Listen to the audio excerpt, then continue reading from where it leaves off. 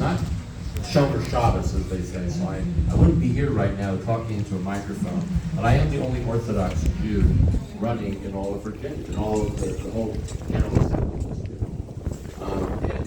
Interestingly, in our, last night I did go to Senate, I've been on Friday nights and Saturday morning, and it was, apparently we're reading the book of Noah. Now, is anybody here familiar with, anybody here like a real maven of the Old Testament, or we go to anybody? Yeah, okay.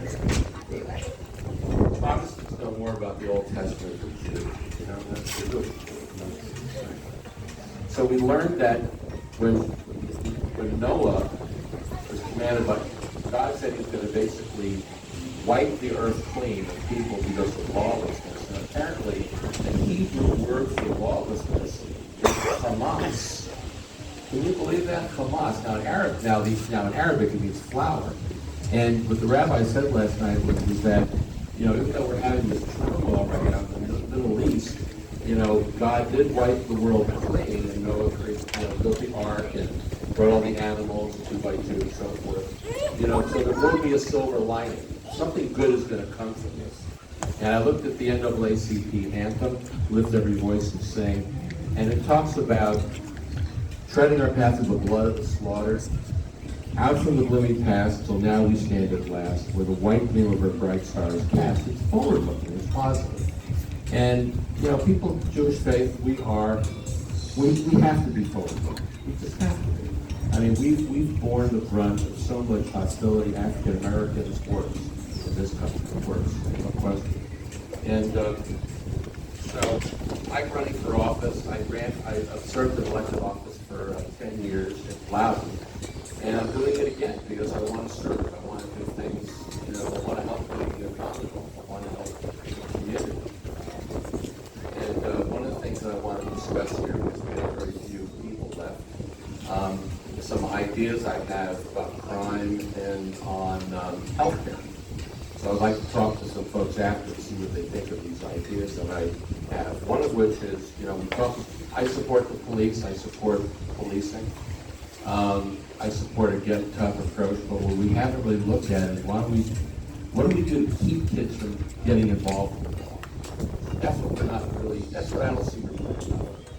And one of the things that I would like to do if I got elected is to see if there's a feasibility of partnerships between companies that need workers and at-risk youth.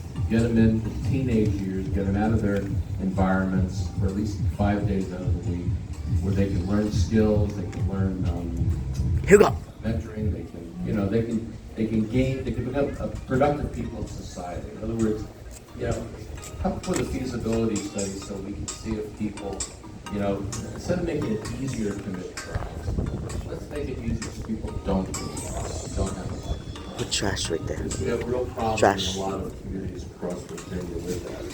The other thing I wanted to talk about is healthcare. The FDA is about to approve an obesity drug called Mounjaro. It is the first drug that will ever be approved for obesity, to treat just obesity. It's used for diabetics, and it's had some phenomenal help with folks.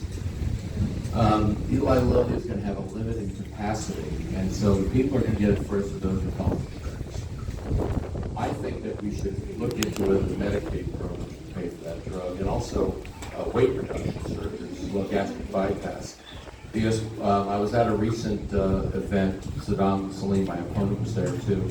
The nurse practitioners had data showing that the highest amount of premature death in Northern Virginia, if you look at the census tracts, it's in the heavily Latino African community. We have a problem with obesity in this country, and it afflicts people on the lower end of the economic strata. It does. And so then there's more intensive need for heart surgery and diabetes care. So that's something that I think needs to be looked at. These are important issues that affect really hundreds of thousands of people.